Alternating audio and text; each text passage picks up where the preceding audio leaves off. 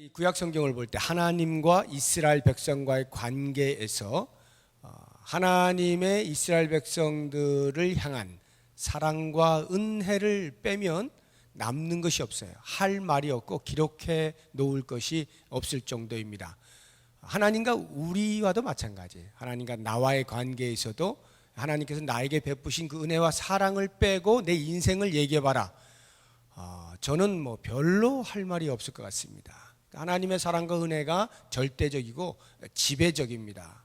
그럼에도 불구하고 우리의 인생은 가끔씩 나도 모르는 사이에 그 하나님의 은혜와 사랑에 대하여서 바른 반응을 보이지 못하고 잊어버리거나 무시하는 그러한 삶을 살 때가 있어요. 그래서 오늘 이 호세아서 13장을 우리가 보면서 그러한 나의 삶을 점검해보고 스스로에 대하여서 말씀을 통해 도전을 받는 그런 시간이 되었으면 좋겠습니다. 하나님께서 이스라엘 백성들에게 베푸신 은혜들이 무엇이 있는가 하는 것들을 우리가 몇 가지 살펴보면 가장 큰 것은 무엇보다도 먼저 애굽에서 구원해 내신 것이죠. 이것이 이스라엘 백성들에게 베푸신 가장 큰 은혜라 말을 할 수가 있을 것입니다. 이 애굽에서 나오게 하실 때 큰 특징이 두 가지가 있습니다. 그 첫 번째가 그 이스라엘 백성들이 애굽에서 잘 살고 있는 때에 또는 그 애굽에서 이제는 우리가 구원받을 때가 되지 않았습니까? 하나님 우리의 신앙의 모습을 보면서 우리를 구원해 주십시오 할 만큼의 어떤 자격이 있을 때에 하나님이 부르신 것이 아니고 그들이 애굽의 종 되어서 끙끙거리고 하루하루를 겨우겨우 살아가고 있는 그와 같은 때에 하나님께 구원의 손길을 펼치셔서 이끌어내셨다 하는 게 큰 특징입니다. 그리고 또 다른 하나는 그렇게 건지실 때에 다른 여러 방법들이 있었겠습니다만 특별히 10가지 재앙을 애굽에 내리면서 마지막 10번째 재앙인 모든 장자 처음 난 것들을 다 죽이는 과정에서 그 문설주의 양의 피를 바른 집들은 다 넘어가는 유월하는 그 일을 통하여 이스라엘 백성들로 하여금 그렇게 양의 피를 미리 바르게 하고 죽음의 그림자가 지나가죠. 그래서 애굽의 전체가 장자가 죽는 슬픔 가운데 있을 때에 바로 왕이 더 이상 버티질 못하고 이스라엘 백성들을 내보내죠.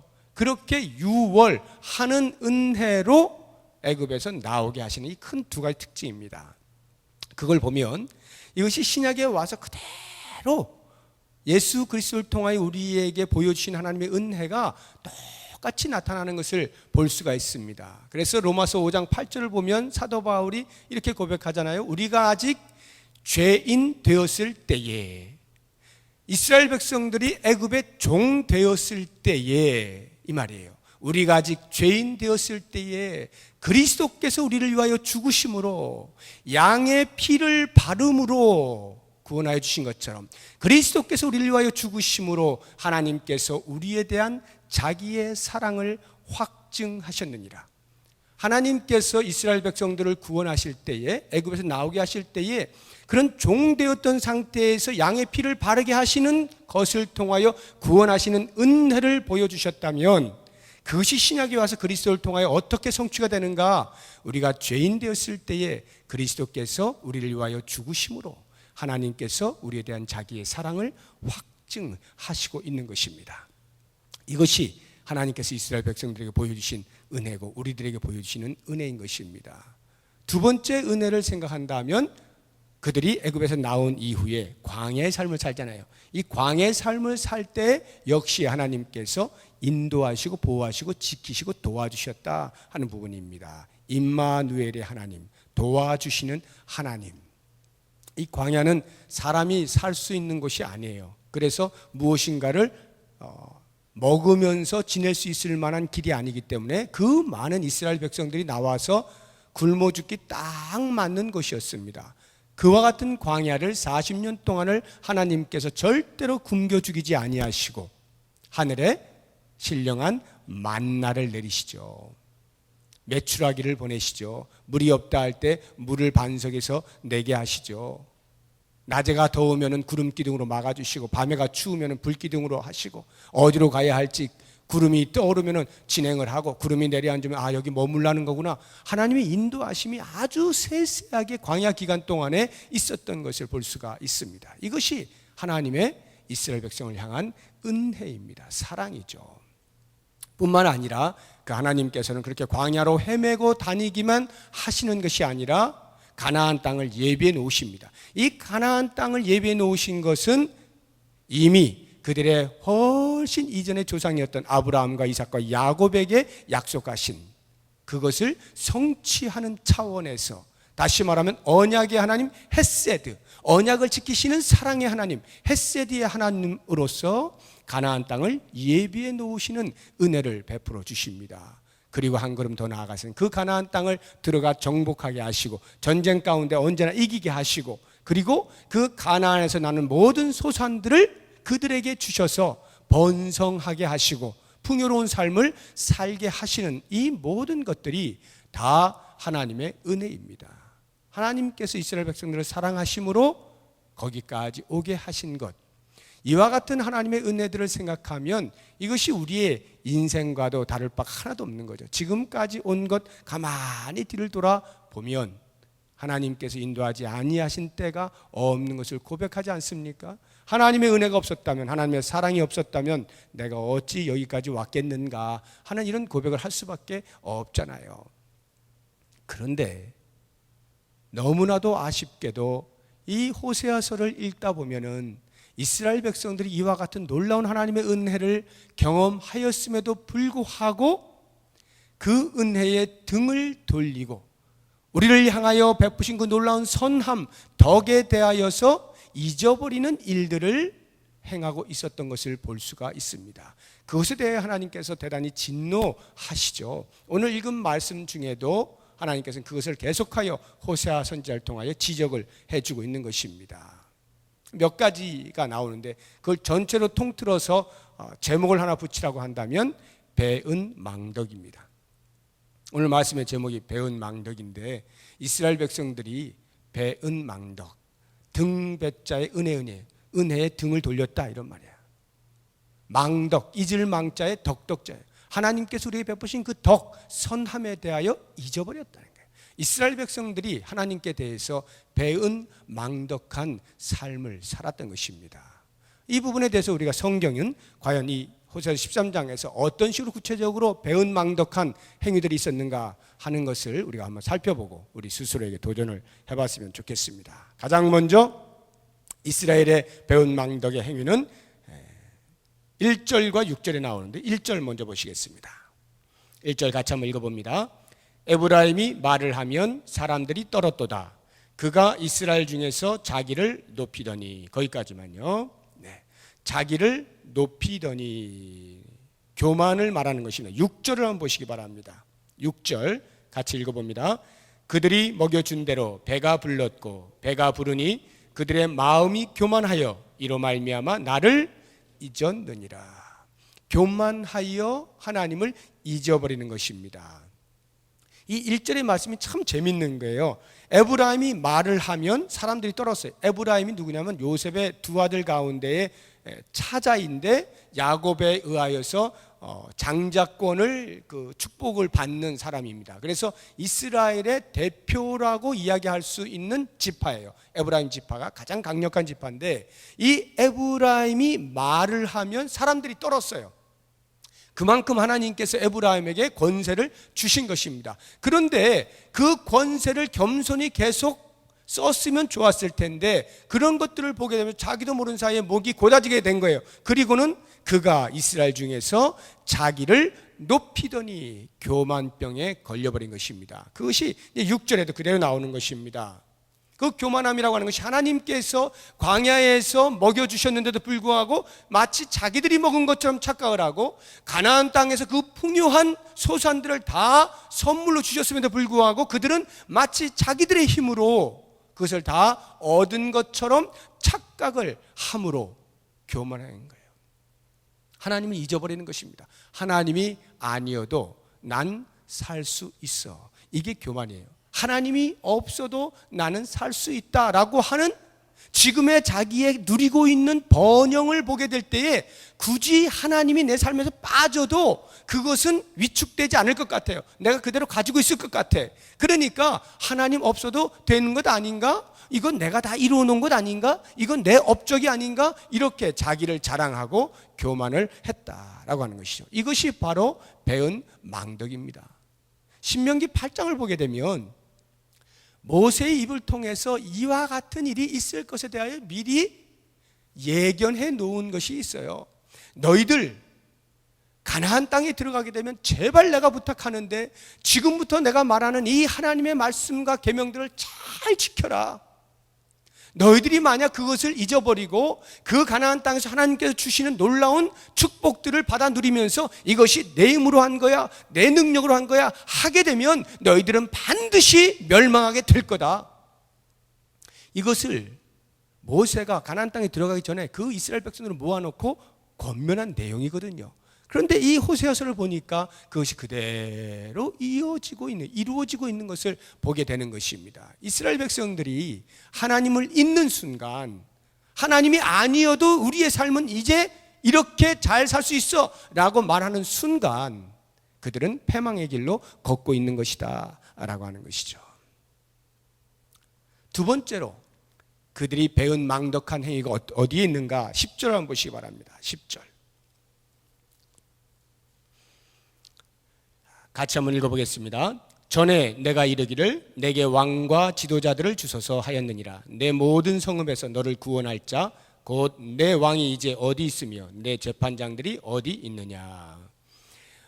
이 말씀은 사무엘이 선지자로 활동하던 시절에 주변 국가들에 의하여서 이스라엘 백성들이 계속 침략을 당하고 공격을 당하면서 피해를 보게 되자 가만히 생각을 해보니 이거는 주변 국가에는 왕들이 있어서 질서를 탁탁 잡고 조직이 쫙 되어져 가지고 자기 나라를 보존하기 때문에 가능한 것이었는데 우리는 그게 없구나. 맨날 우리는 하나님 섬긴다라고 하면서 조직도 하나도 없고 왕도 없어. 하나님이 우리를 다스린다고 말은 좋은데 실제로 봐라. 우리 주변 국가들한테 맨날 당하는 것 아니냐? 이러면서 사무엘에게 말하는 거예요. 우리에게도 왕을 달라 좀 하나님께 구해 주십시오. 할 수 없이 하나님께서 그들의 말을 들어서 왕을 허락해서 그 첫 왕이 사울이고 둘째 왕이 다윗이잖아요. 그렇게 해서 왕권이 이어지게 되는 것입니다.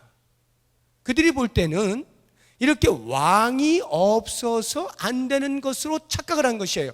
다시 말하면 하나님만으로는 부족하다 생각을 한 것입니다. 그래서 위에 보면은 9절의 말씀을 보면 이스라엘아 내가 패망하였나니 이는 너를 도와주는 나를 대적합니다. 하나님께서 시와 때를 정확히 보시고 그들의 필요를 따라서 도와주시는데도 불구하고 그들은 하나님만으로 부족하다 여기는 거예요. 그래서 하나님만으로 안 되니까 무엇을 좀 더해 주십시오라고 하는 것이 하나님의 표현으로는 그것이 나를 대적하는 것이다. 이렇게 말씀을 하고 있는 것입니다.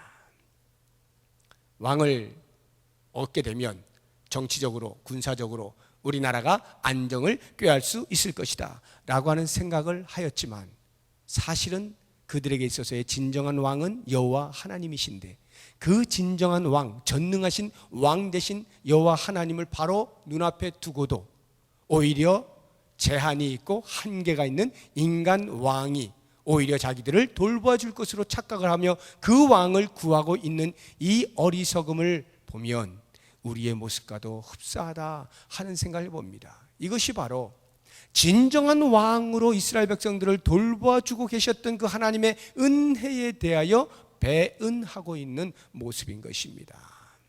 이제 마지막 세 번째로 어떻게 배은망덕한 삶을 살았는가? 2절 보시기 바랍니다. 2절 같이 읽어봅니다. 이제도 그들은 더욱 범죄하여 그 은으로 자기를 위하여 우상을 부어 만들되 자기의 정교함을 따라 우상을 만들었으며 그것은 다 은장색이 만든 것이거늘 그들은 그것에 대하여 말하기를 제사를 드리는 자는 송아지와 입을 맞출 것이라 하도다.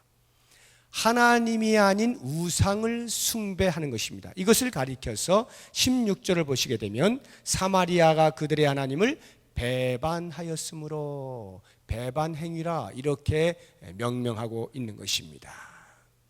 이스라엘 백성들은 하나님의 은혜를 배반하여 하나님 아닌 다른 우상을 섬기기를 주저하지 않았던 것입니다. 그런데 이 2절의 말씀을 보면 그들이 우상을 섬길 때 얼마나 그 표현이 흥미로우냐 하면, 이제도 그들은 더욱 범죄하여 그 은으로, 이렇게 말하죠. 은으로 우상을 만들었다라고 하는 것이고요. 그 다음에 자기의 정교함을 따라 우상을 만들었다라고 하죠. 이 자기의 정교함이란 자신에게 있는 재능을 가지고 이 말이에요. 그 은으로 이렇게 우상을 만드는 그 재능이 있는 사람들이 그 재능을 가지고 우상을 만들었다라고 하는 것입니다. 여러분, 은이 이스라엘 백성들에게 어디서 났겠어요? 은이 하나님께서 주시는 것이 아니면 가질 수 없는 것이 이스라엘 백성들이에요. 하나님과 관계하지 아니하고 살 수 없는 존재가 이스라엘 백성들인데, 그들의 손에 있는 모든 재물은 다 하나님이 주신 겁니다. 은이든 금이든 동이든 전부 하나님이 주신 거예요. 그런데 그 하나님이 주신 재물, 은을 가지고 하나님 아닌 우상을 만드는 데 사용하고 있는 것입니다. 이스라엘 백성들이 재능이 많이 있다고 할 때 그 재능이 어디서 왔겠어요? 하나님께서 주신 거 아니겠어요? 그러면 그 재능을 가지고 하나님을 위하여 쓰는 것이 마땅할 터인데, 그 재능으로 무엇을? 우상을 만드는 데 쓰고 있는 것입니다.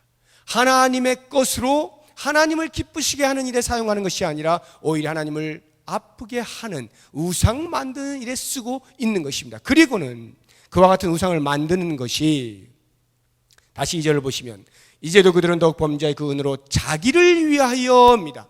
우상을 만드는 목적이 뭐냐? 자기를 위하여. 우리의 생은 전부 여호와 하나님의 영광을 위하여 사는 존재들입니다.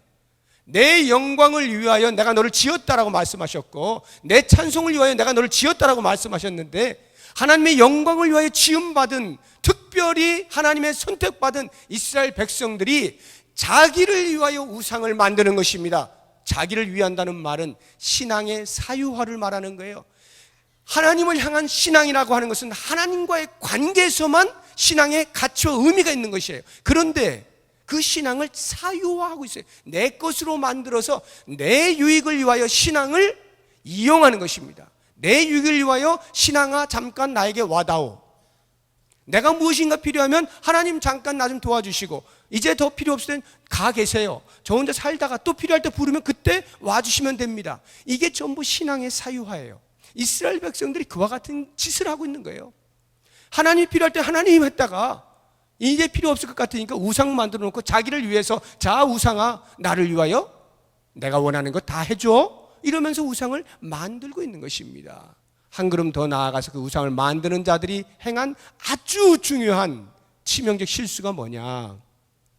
2절 뒷부분에 보시면, 그들은 그것에 대하여 말하기를 제사를 드리는 자는 송아지와 입을 맞출 것이라. 자기 혼자 우상 섬기는 것에 끝난 것이 아니라 백성들을 향하여, 주변의 친구들을 향하여, 가족들을 향하여, 자 여기 송아지가 있어, 이게 우리의 신이야, 우리를 지켜줄 거야, 우리가 원하는 소원들 다 들어줄 거야, 이 송아지에게 제사를 드릴 때마다 입을 맞춰라. 송아지가 다 알아서 해준다. 하나님 앞에서 우리가 살아갈 때는 하나님께서 계속하여 거룩을 요청하십니다. 거룩해야 된다, 세상과 달라야 된다. 끊임없이 거룩을 요청할 때마다 우리들의 마음은, 신앙 양심은 껄끄러운 거예요. 힘든 거예요.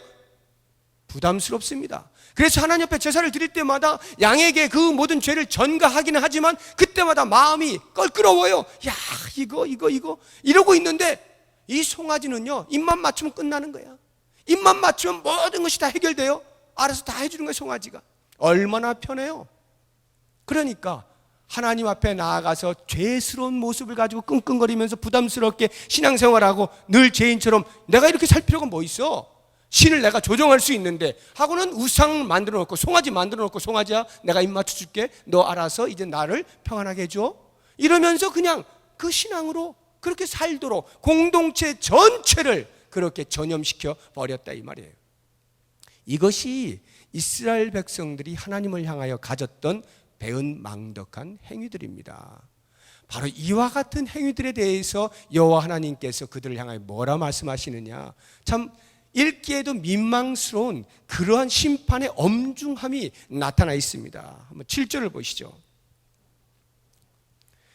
우리 청소년들은 성경을 많이 읽으신 분들은 뭐 큰 충격을 안 받겠지만 전혀 안 읽으시다가 오늘 이거 보면서 깜짝 놀랄 거예요. 우리 하나님 이런 하나님이었어? 이럴지 모르겠어요. 7절을 보세요. 그러므로 내가 그들에게 사자 같고 길가에서 기다리는 표범 같으니라. 갈기갈기 찢어 죽이겠다 이런 말이에요. 내가 새끼 잃은 곰같이 그들을 만나 그의 염통 거풀을 찢고 거기서 암사자같이 그들을 삼키리라. 들짐승이 그들을 찢으리라. 완전히 이거 뭐 하나님께서 이렇게 잔인하게 표현이 될 만큼 배은망덕한 이스라엘 백성들을 향하여 진노하고 계시는 모습을 볼 수가 있습니다. 16절 한번 보십시오. 사마리아가 그들의 하나님을 배반하였으므로 형벌을 당하여 칼에 엎드러질 것이요 그 어린아이는 부서뜨려지며 아이벤 여인은 배가 갈라지리라. 이게 하나님의 심판이에요. 얼마나 무섭습니까? 여러분 80년대 그 광주 사태 일어났을 때 이런 일들 기억하시죠? 계엄군들이 이런 일들이 잔인하게 있었던 것을 제가 광주에 가서 그 5.18 기념하는 그 기념관에 가서 이렇게 쭉 보니까 실제로 이런 일들이 이렇게 일어났던 거예요. 얼마나 잔인하고 사람으로서는 상상할 수 없고 끔찍스러운 아이벤 여인을 해치고 하는 이런 것들은 도저히 인간으로서는 할 수 없는 그런 모습들 아닙니까? 그런데 이것을 하나님께서 이스라엘 백성들에게 이와 같이 하시겠다라고 말씀하실 만큼 하나님은 이스라엘을 향한 지극한 사랑을 가지고 계신데 그 사랑에 대하여 철저하게 배은망덕하고 있는 이 이스라엘 백성들을 향하여 심판의 손을 펼치시는 거예요. 저는 오늘 이 말씀을 보면서 그래서 야 이거 큰일 났구나, 무섭구나, 우리가 배은망덕한 조금이라도 이렇게 하면 하나님께서는 이거 뭐 우리 죽이겠네, 이러한 두려움으로서의 하나님에 대해서 그 두려운 신앙을 간직하자 이것이 아니고 이렇게까지 표현할 만큼 하나님은 얼마나 당신의 백성들을 사랑하고 계시는가 하는 그 사랑의 크기를 좀 보자는 것이에요. 얼마만큼 하나님께서는 당신의 백성들과의 독점적인 사랑을 하기를 원하시는가, 얼마나 그 사이에서 그 누구도 끼어들 수 없는 지극한 사랑을 하기를 원하시는가, 그 사랑의 크기를 한번 우리가 헤아려 보자 하는 것입니다. 그래서 우리의 삶에서 혹 우리도 모르는 사이에 이스라엘 백성들처럼 실수할지도 모를 이런 배은망덕한 행위들에 대해서 우리가 촉각을 세우고 이것을 제거하자라고 하는 것입니다. 그래서 오늘 말씀의 이 내용을 붙들고 우리가 기도할 때에는 하나님, 무엇보다도 내 마음속에 하나님 없이도 살 수 있다라고 생각하는 모든 교만을 버리게 해주십시오. 내 힘으로 산다라고 생각되는 모든 교만을 버리게 해주십시오. 내가 조금 사회에서 잘 나간다라고 해서 조금 지위가 높은 곳에 있다라고 해서 에헴거리고 어깨에 힘주고 목에 힘주고 하는 그러한 어리석음을 버리고 오직 하나님의 은혜입니다를 겸손하게 외치면서 내게 그것을 주셨을 때 무엇을 목적하여 주셨는지를 정확히 알고 사람들을 섬기는 일에 쓰게 해주십시오. 겸손한 삶을 살게 해주십시오. 이러한 기도를 드릴 수 있기를 바라고, 또 한 가지는 반대로 하나님, 저는 하나님만으로 안 되겠어요. 내가 아무리 하나님 섬긴다고 해봤고 하나님이 저의 주인이라고 생각했고 하나님이 저를 살리실 것을 분명히 믿었지만 지금 내 돌아가는 형편을 보니까 하나님만으로는 안 되는 것 같아요. 요게 좀 필요해요, 저게 좀 필요해요, 하나님 말고요 요게 왠지 눈에 들어오는데요 라고 생각되어지는, 하나님만으로 안 된다라고 생각되어지는 이 좌절의 마음들을 다 내어버리는, 이것도 역시 불신앙의 하나입니다. 하나님만으로 안 됩니까? 하박국 선지자가 그런 줄 알았어요. 사방에서 공격해 들어오니까 자기의 뼈가 으스러지는 것 같은 그러한 고통을 느끼는 거예요. 이러다가 나 죽는구나. 하나님 도대체 어디 계십니까? 내 소리를 듣기나 하시는 것입니까? 도대체 어디 계십니까? 이렇게 외치는 중에 하나님이 그에게 말씀하시기를, 내가 누구냐? 내가 누구냐? 내가 누구냐? 하박국 선지자가 드디어 그때 눈을 뜨게 되면서 고백하는 것이, 무화과 나무가 무성하지 아니하고 밭에 소출이 없고 외양간에 송아지가 없다 할지라도 나는 여호와로 말미암아 기뻐하겠다라고 하는 고백을 하지 않습니까? 그 여호와께서 내 발에 힘을 더하셔서 사슴이 높은 곳을 향해 뛰는 것처럼 나로 하여금 뛰게 만들 것이다라고 고백하지 않습니까? 주변의 것이 없어서 나는 죽는 줄로 알았던 것입니다. 그런데 정작 알고 보니까 나에게는 하나님을 향한 절대 신뢰, 신앙이 없어서 죽는 것이었어요. 그것을 하박국 선지자가 알고는 그 고백을 하는 것입니다. 여러분, 우리의 삶이 정말 재물이 없어서 죽습니까? 우리의 삶이 정말 재능이 없어서 죽습니까? 아니면 건강이 없어서 죽습니까? 우리의 죽음은 오히려 하나님을 하나님으로 인정하지 아니하고 하나님만으로 안 되겠다고 생각하는 그 부족의 심리에 의하여서 우리가 죽는 거예요. 그러므로 기도하십시다. 저는 하나님만으로 만족하겠습니다. 하나님만으로 충분합니다. 하나님만으로, 오직 하나님만 바라보게 해 주십시오. 이와 같은 기도를 드리시고, 마지막으로 하나님, 내 주변에 내가 섬기는 그 하나님 아닌 또 다른 무엇을 섬기고 싶은 마음이 생길 때마다 주여 저를 복종시키게 하시고, 그것이 하나님이 가장 싫어하는 것임을 깨닫게 하여 주셔서 오직 하나님만 붙들고 하나님만 섬기고 하나님께만 경배하는 내 모든 우상 숭배의 흔적조차 잊지 않게 주십시오.